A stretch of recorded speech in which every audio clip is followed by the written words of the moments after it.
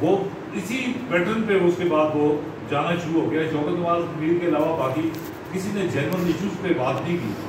تو اس کے بعد انہوں نے جب میرے ساتھ اطلاع تھے یا میرے بھی باقی انہوں نے کہا کہ جی ہماری نمائندگی ہمیں بات کرنے تھے, انہوں نے میرا کرنے شروع کر دی کہ حافظ صاحب سے بات کرا. وہ اس کو وہ لے کر بات کرتے رہے بیچ میں, اور وہ اس کے بعد ایک دم انہوں نے اناؤنس کر دیا کہ جی انہوں نے کہا کہ یہ جب ریلی ادھر سے چلے گی تو آخر میں حافظ صاحب سے وہاں بات کرائیں. اس پہ جو ہے انہوں نے ہنگامہ وہاں کھڑا کر دیا اور گالی گلوچ کے لیول پہ چلے گئے کہ جی کس طرح نہیں. تو زبردستی انہوں نے مجھے پھر انہوں نے بلا لیا.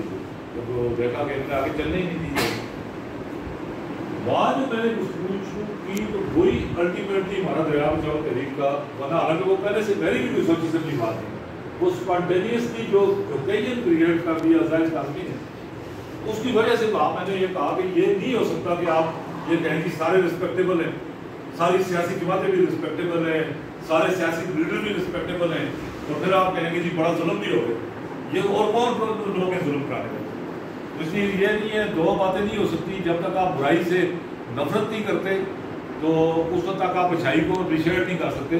اس لیے جو ہم جو کنڈیم کرتے ہیں, میں نے وہاں پہ تقریب میں نے اوپنلی کہا کہ جن لوگوں نے تقریر نہیں کرنے دی میں ان کو اپریشیٹ کرتا ہوں کہ یہ نہیں ہو سکتا کہ آپ منافقت میں آپ جو ان کو خراج تحسین بھی پیش کرتے رہے صاحب.